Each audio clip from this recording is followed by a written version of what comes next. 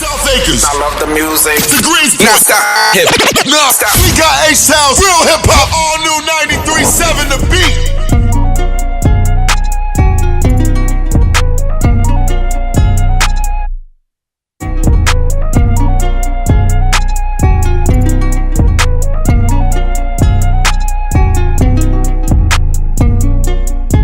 Barely miss me. Please miss me. What? No, like shoot it through here. See how good your aim is. I'm not okay. I'm not about to get a lawsuit. Poke your eye out. Alright, let's go. It's all new 93.7 The Beat. H-Town's for Hip Hop on the Breakfast Club. So, he doesn't know. Well, you do know, I just told you. But he is my Pacific Northwest brother. Oh, I fought hard for you to come up here. Fire. People don't respect us. You said people don't Up respect north. us. No, people always ask, there's black people in Seattle? Oh There's yeah, black people in Portland? that literally, that's a billboard I just put up in my I city. know. I just saw it on Twitter. Yeah. You mentioned you're going to Austin tomorrow. One of my DJ friends took your billboard and put Austin because people say the same thing. There's black people in Austin? What do you mean? He actually like, put up a billboard? No, he just like photoshopped okay, your right. picture. Yeah. But They say Austin is like is Austin and Portland are similar for some reason. They are. They say that. Yeah, they are. What is it? Keep Portland weird, keep Austin weird. Same. Who started that? I don't know. I think it's an argument. It's Who's a hasty argument that I don't want to get in the middle of. Who's gonna claim that? But AMINE is in the building. Yes, Make some noise. Ooh. It's hard to make noise I'm sorry. when it's. Woo, when I it's know. really- It's only two of us in But here. you could like edit it and I'm gonna put some does fire, fire, like DMX in the make it sound background like and shit. there's a like- stadium in the background. Exactly. That would be hard. He's in Houston tonight. It's a rainy day. Where are you at? Warehouse Live tonight? Warehouse. Yeah. Live. You've been to Houston before. I have. What's I've heard poppin'? about Warehouse, just from like the old So Far Gone days when Drake was coming Oh. and stuff. Yeah. I was listening to that song the other day. Yeah. I just Back in remember- Warehouse, like it bun there, no one. Yeah. Yeah, I was like in ninth grade when I heard that song, and I was like, "What's Warehouse?" And then now I'm playing it, which is really cool. It's like you manifested it to fruition. In a way, Pretty yeah, much. I guess so. Yeah, it's cool. So I'm happy to be here for sure. Though. Very happy. How's the tour been so far? Really good. I mean, like any other tour for any other artist, it's Mm-hmm. like strenuous to your like health, of course, and sleeping. You just gotta make sure you sleep a lot. But as far as the fans go, it's been like crazy. It's been really fun. Like, I don't know. I think for some people who don't know me, it's great for you people to just come to a show because you'll just see like how dedicated like my fans are and just how much they know the words to like every song, and it's dope. It's just really surreal. So 1.5 is out, and 1.5 is out. I was listening to what I think probably goes hard, the most hard at your shows. The most Chingy. hard on shows. How hard does Chingy go? Chingy goes pretty hard. It does. I don't know if you're coming to the show tonight or if you're gonna get to see the show soon, but the visuals that we have for it are really, really funny because I have a big video wall and I'm very hands-on with like all my visuals for the stage design. Yeah. And I'm really proud of the visuals that we put for Chingy. It's just really funny. It's just basically an assortment of pictures of Chingy. Of Chingy? Yeah. I have a great. sentimental connection with it because Chingy did some whole shit to me lately. Whoa. And like followed me on Instagram and then hit the unfollow just to get my follow back. Like Chingy did that. Like in 2018. So now I have That's a funny vendetta story. against him. But looking at the title tracks, that was the first one I gravitated to. I was like, let me see what this Chingy look like. Yeah, it's just one of my favorite songs. I made that song in like 10 minutes, and I was kind of high in LA, bored, and it was really fun. That song was really fun to make. Someone who also told me to tell you, hey, is one of our mutual friends, Jahan Sweet, That's the producer. my brother. I was just with him in Atlanta. You know him? Yes, so Oh, he my. is from Jacksonville, Florida, where I used to work in radio. Okay. And then I interviewed him while he was with Kaylani doing You Should Be Here. Yeah. So, like, we've always stayed friends, and then his cousin's Lil Duval, and we just all... Yeah, Hang it's out. so funny that they're cousins, because, like, when he saw me and Jahan are just naturally just friends, and then we started making music together, but then, like, I don't know, like, when he told me Duval was his cousin, I was dying, because it was just so funny to imagine Jahan and Duval at Thanksgiving dinner, like, all holding hands. Have you seen his Snapchats? Who's? Jahan's? Which ones? Though? Like sometimes when they're doing like family stuff. Oh yeah. He's always on his snap. Yeah, during like Christmas, Thanksgiving, they're always together and all that. It's great. It's funny. But yeah, I was just with Jahan in Atlanta at Magic City. We went to the strip club. It was great. It's really fun. Out. Yeah. So he was nominated. I called him today to congratulate him on his nominations for the Grammys. Yes, ma'am. And y'all have worked together because didn't he produce the song that you had with Kehlani? Yeah. No? Okay. He produced CBGBs. Have you seen? He produced Veggies as well, and he produced another record too. I'm just blanking right now. Yeah. Jahan's just like my boy, so it's just like when I work with him, it isn't really like a label situation. It's more so just he comes over to my house, I come over to his house, and we make music. Just vibe off each other. Yeah, just vibe out. Like genuine. Very genuine. Yeah. So I had to call him when he was nominated, and we were talking about the nominations a little bit. Have you seen him? Have you had a chance to? I only saw a little bit of him, but okay. One of my other friends is Boy Wonder too, and he got a lot of nominations. So that's the first person I texted about it. And then Leon Bridges. He's from, he's from Dallas. So. Do you have any? Everybody's talking right now just about like snubs, who they think should have been on it. Do you have any projects you think should have made it? Because I'm wearing a KOD shirt right now. I'm J. Cole all the way. I think KOD should have definitely made it. I'm actually, to be honest, I'd be forgetting how many projects come out because in this day and age, so much music comes out in 1 year. So the fact that KOD didn't make it is weird to me. But I've talked to Cole before, and I know he doesn't care about stuff like that. I know. So it's like for artists, I don't think you should be. I mean, Grammys is beautiful. To win a Grammy, it's like such an honor and so dope to be nominated, regardless. But if you don't get nominated, like, you still got sold out shows. Cole selling out arenas, like a Grammy nomination doesn't hurt him in any sort of way. Yeah. So it's all good. Do you think it like? We know. I know. Like the term, not saying because of you, but like most people when they use the term snub, it's like they're trying to get artists to get triggered and be like and talk like about it. You know what I mean? Worth it or something. Yeah, like that, you weren't worth getting it. But like at the end of the day, most of the people, a lot of fans don't know. Most of the people that are voting for the Grammys are like a lot of old white folks. You know what I mean? No, I know. It's like, I know.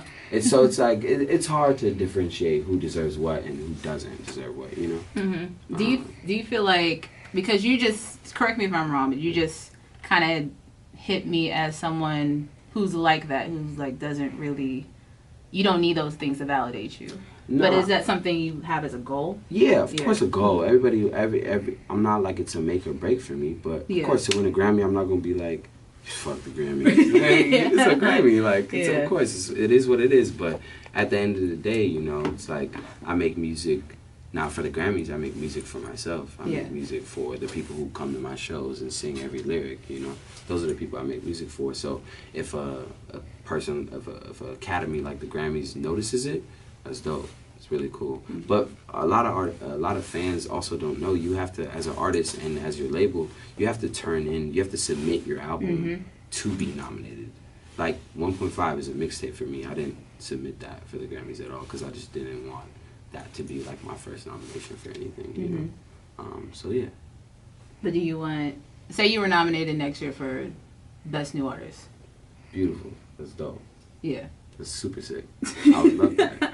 I'm not like I have no negative connotation. I would love to be nominated for a Grammy. Let's just clarify. Let's clarify that. Yeah, we would love. I'm saying, I'm human too. It's like I still got a lovely family and sold out shows and a good career that's going on, so it's all good for me. You know?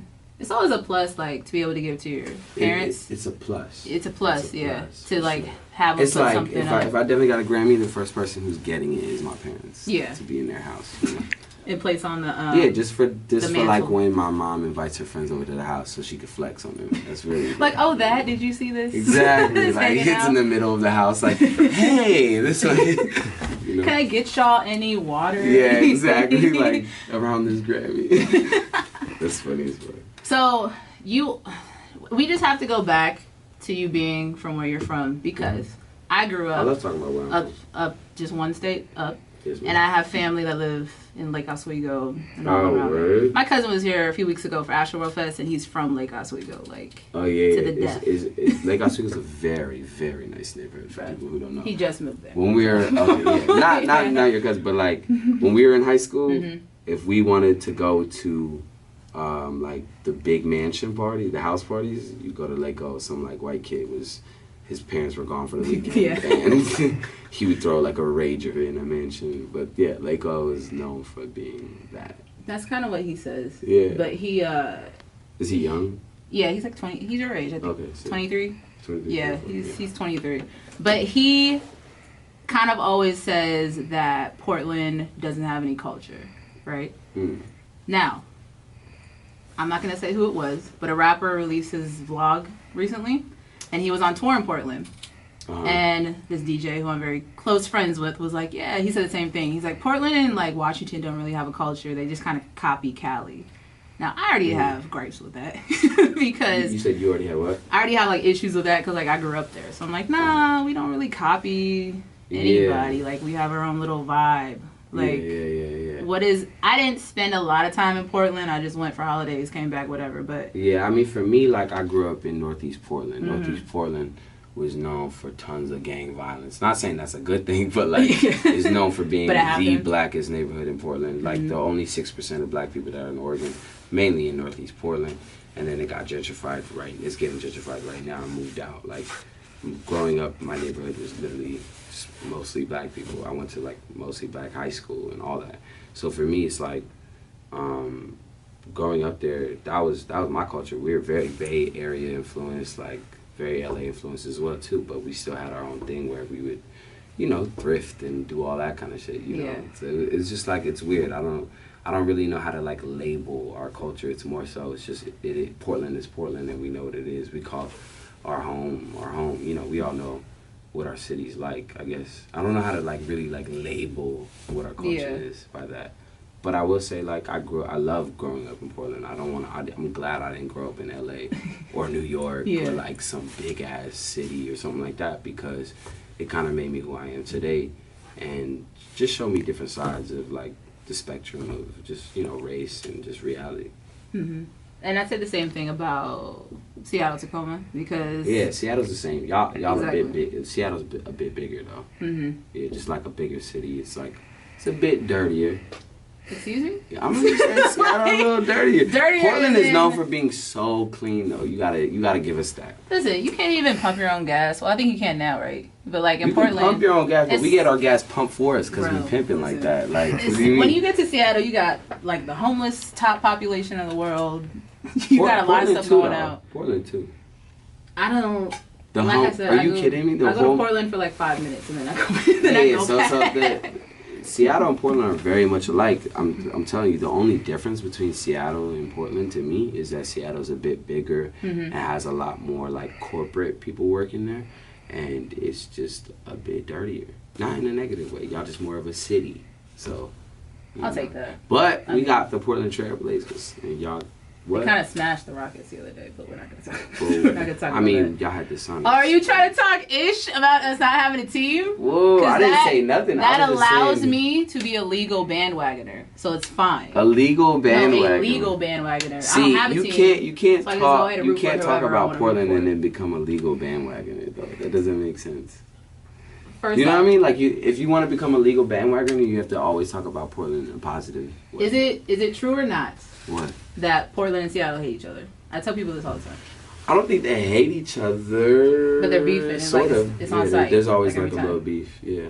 Because we're always doing this back and forth. Yeah, this back and forth. Which one is better? Like, who's better? Like, okay, y'all got Nike, but we got Amazon, Boeing. Definitely got Nike. I mean, Nike, Amazon, like, come on, my G. Like, Nike. Like, y'all got that, but, Nike, Amazon. I mean, it's just mad different. I mean, Amazon Prime is really sick. They deliver really fast. But, like, Nike, it's Nike. So that's it. We got the...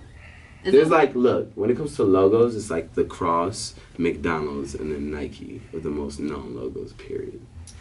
Right? I just feel like we should move on before somebody gets like beat up. Yeah, like before I get heated. For sure. So 1.5, while I was listening to it, I noticed, and in the video, for Reel It In, you have Ricky on there.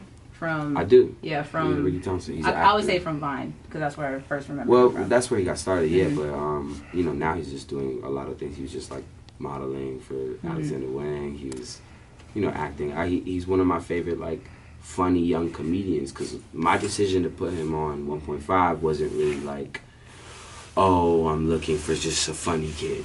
You know, it was more so like, okay, Ricky is just super talented and just really naturally funny.